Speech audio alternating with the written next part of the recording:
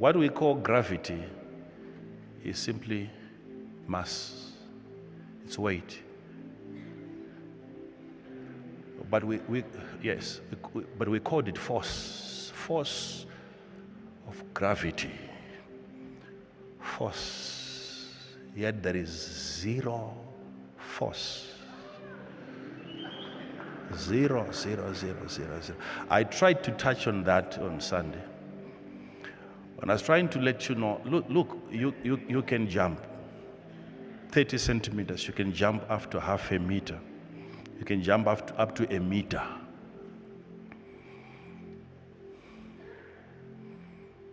And what brings you down? Now, you see, people are, if you say there is no force of gravity, you know unreasonable people what they're going to say. They say, climb a 2-story building and jump, and let's see if you are not going to fall. Who said you only fall because of gravity? I'm talking of weight. You will still fall. Gravity is the name that you gave to weight. Mass. You jump up, what brings you down is your weight. It's weight.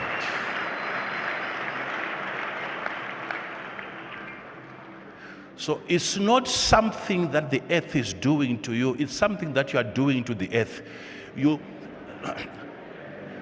There is no invitation back to earth. That is why you can see it is not up to the earth to decide what comes back. You watch a feather fly away in the presence of a so-called force. And you can't do that because of your weight. It's not even the law of gravity, it is the law of mass, weight, and buoyancy. Your ability to float. If you jump from the building, the heavier you are, the faster you fall. Less weight, the slower you are. How come force of gravity seem to have favoritism? It seems to know who weighs more and what weighs more. What is determining our speed in falling is the difference in weight. It's not up to gravity to choose, to decide. It is up to us. Our weight. Our weight.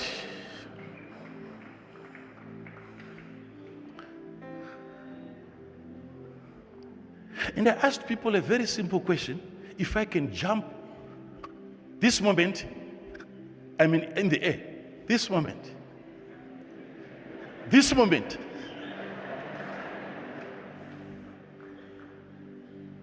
see, the effort is so minimal against a force.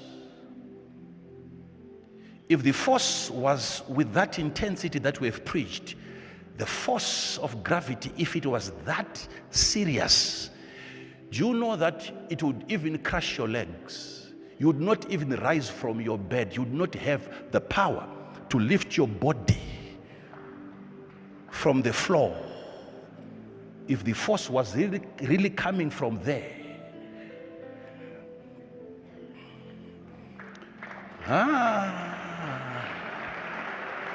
You will still hear somebody saying, let him jump from a tree.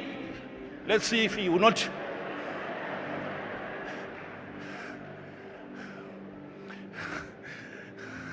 So are you saying there is no force of gravity? I'm simply saying we have given a wrong name to something that is already playing out that we can see every day. Okay, so, all right. So, if you are 100 kgs and we put you on a scale and we see 100 kgs and then the earth is spinning at 1,000 miles an hour,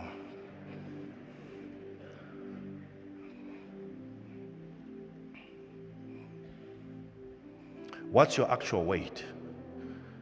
If we make the earth to stop, Because you know, as it is spinning, you're supposed to be thrown away. You lose weight. So if you're saying you're 100, what really are you if we are to stop the earth from rotating? Because you can't sit on a moving globe and still maintain the same weight. Are you really 100 kgs? Okay. Now, all right. We are talking of naming things that were brought to us by God so that we name, and we had no understanding of what we are looking at. It was Adam who saw the wife and he was excited and named her.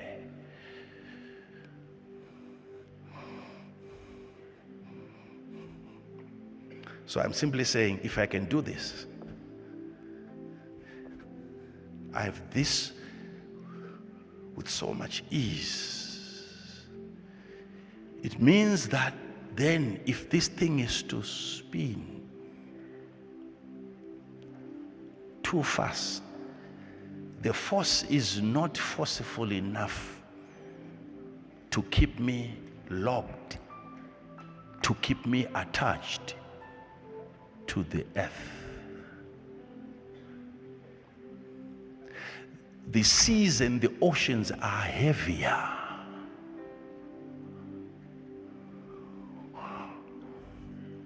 The force is not that much that it can stop the waters from spilling over, from being thrown away from the globe. Already that speed is proving. Already force of gravity is proving to be weak. My brother, I'm jumping. It's proving that if you spin it with that kind of speed, you will miss me here. I won't be here.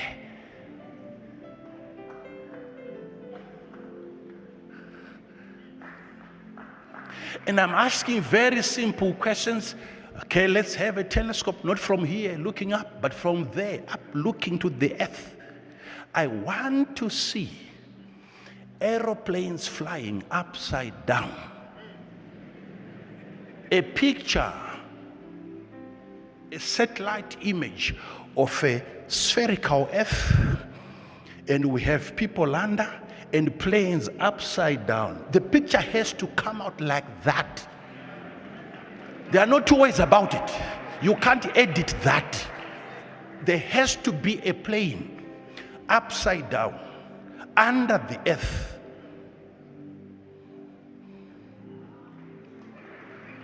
It has to be under. From a distance, we have to see them flying upside down. And the wheels are on top like this. From a picture.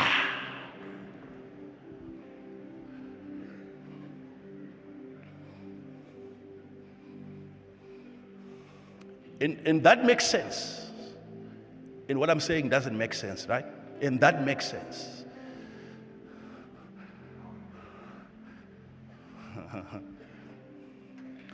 I understand, you see, if you are in a bus, if you are in a train, if you are in a car, what happens is that the car has its atmosphere. The air that you have inside of the car is one with the car. Right? Let's follow. Hey! Let's follow.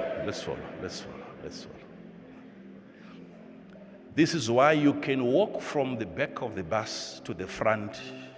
The bus is traveling at 100 kilometers an hour, and you are walking probably, let's say, even a kilometer an hour. It's like you are overtaking the bus. You are not. You are inside. You don't need to be traveling at 100 kilometers an hour or 120 kilometers an hour from the back of the bus to the front. No, even with less speed, because you are walking within the atmosphere of the bus. So the air inside is being carried with the bus, right? It's one with the bus. That part we all understand. And that's why people say that, you know, it's not just the earth that is rotating, but its atmosphere is also moving together with the what? With the earth. So what it means is that the speed of the earth then has to be the speed of its atmosphere. Now, being able to stay in a bus, and I can move around, and we can even see flies flying in a bus. They have less speed, but it can fly from the back to the front. A fly with less speed, because it is a member of that one body. But that cannot happen in an open truck. If you are in an open trailer, the faster they drive, the wind is coming against you, because it doesn't have its own atmosphere. Are you following? Are you following? So if we are rotating on earth and it's like an open trailer, we ought to be blown away by the wind, given that speed. The reason why we're not being blown away, yet we believe it's rotating, it means also that we have to agree that we are saying also the atmosphere of the earth is rotating together with what? With the earth, which makes sense. All right. But for us to have that atmosphere belonging to the earth, we ought to have a canopy. Otherwise, it's a trailer. So for us to have a canopy, we have to all believe in a firmament that God created. There ought to be a firmament. According to your Bible, God placed a firmament in the sky to divide the waters below from the waters above. And the word firmament means a firm, solid surface. Google it. Not Google. Look into the Bible. Look at the word firmament. It's not a spiritual canopy. No. It's a firm, solid structure that was placed by God in the sky. Firmament. To keep water, oceans that are above from waters beneath. Firmament, what does it mean? Extended surface that is solid. Extended surface that is solid. This is not even Google, your Bible. That's what God created, and He placed that firmament above us. And it's solid. Hello? It's what? Solid. Solid. So that it can hold solid water above it. So it is there to divide. It is there to keep the waters that are above us from coming on us. It's solid. It's tangible. If you don't believe in that, then you must not believe in the movement of the atmosphere together with the earth. Let's put a canopy on the vehicle. If there's no canopy, it's a trailer. So now that we've put a canopy, we have a firmament, a solid structure above us. That is what then justifies the movement of the atmosphere together with what? With the earth. Here comes the next question. Is the sun and the moon and the stars inside of the firmament or above? Yes, we need to know. Be very, very careful of where you place them. Because once they are inside, it means that it becomes difficult now for the vehicle that is moving to rotate around its own atmosphere. So it has to be moving at the same speed at which the earth is traveling. We have to agree, because it has been made one. The earth, its atmosphere, and the firmament. Whatever is within the firmament ought to be traveling together with the earth. So how does the earth then rotate against its own atmosphere? The speed of the earth ought to be the speed of the atmosphere. It ought to be the speed of the sun. So at the end of the day, if the speed is the same, there's no more movement. It's the same speed. It becomes stationary. Nothing is moving there. Okay, if you take the sun, let's say you put it over the firmament, If the moon and the sun are over the firmament, explain to me the Apollo mission. How did you get to the moon? How did you pass the solid structure that God placed? Solid. So your rocket must not just be a rocket, it also has to be a submarine.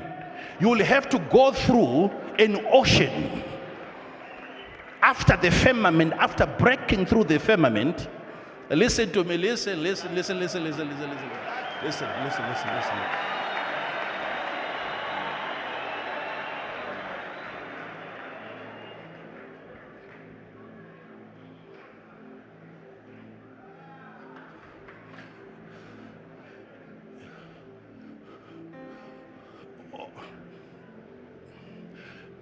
All right. I'm showing you all this so that you can see our inability to name God's creation. How we have created problems for ourselves that were not originally problems. The earth now is according to our misunderstanding of it. What you call lack today, lack, which is not having, it is your misunderstanding of another gift that God has provided. It's a misunderstanding. Aro.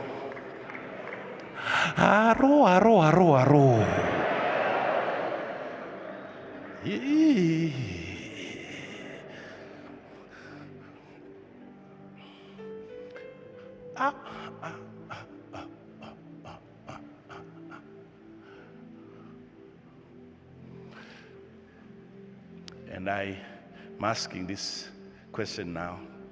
God puts the lights in the firmament, and he gave the light a mandate to give its light to the earth.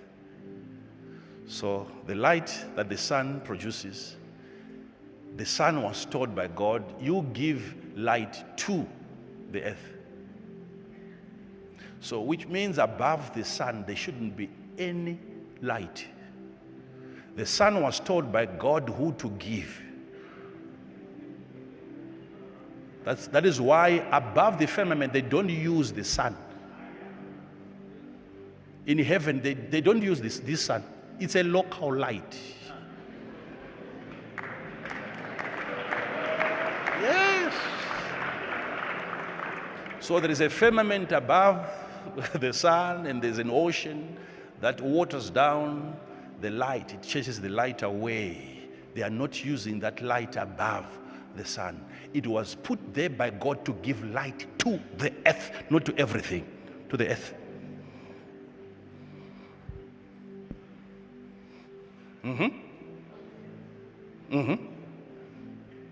Why would God give that assignment to a non-moving object? And you tell the sun, I've put you there to determine days and seasons and years. And you are telling a sun that is stationary. And you tell it, I've put you there to determine. And yet the earth comes to rotate around the sun. No, so who is determining now? The earth. You don't give the sun a mandate to determine. If it is the earth that determines according to its movement around the sun, it has to be the sun doing the movement. Now, you see where there's a problem? When you want to talk to people, the first question that people have to answer is, do you believe in the Bible? That's the basis. That's where the discussion starts. Most of the people that we see today, they have no clue. They don't even believe in the Bible. When a person tells you now, you see, the moment you say that, let's go by science, we don't start with earth, we start with evolution. You are an ape. Let's start from there.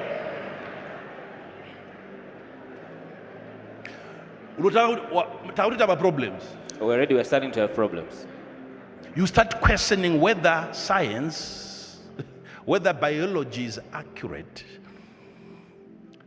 From the beginning of mankind, there's a contradiction between science and God. God created men, not a chimpanzee, men, in his own image and in his own likeness.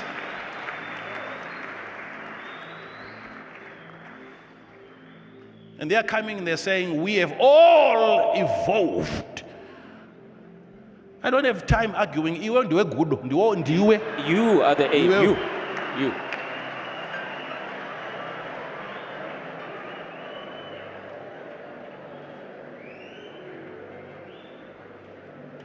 There is no proof whatsoever.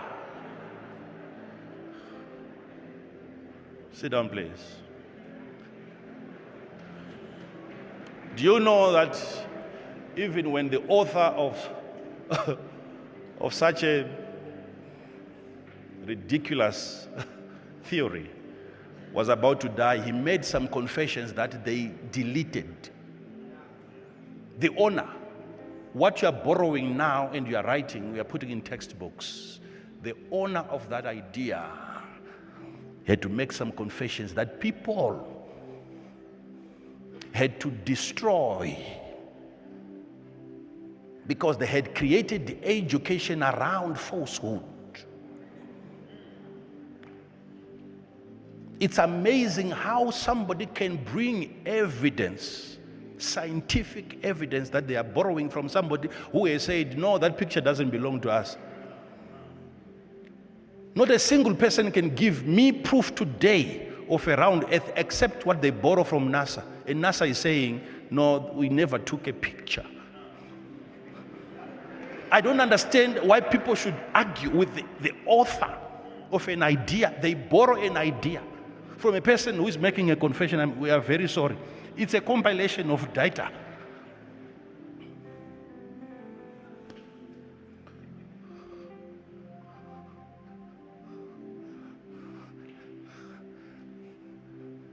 From that day until today, you shouldn't be talking to me.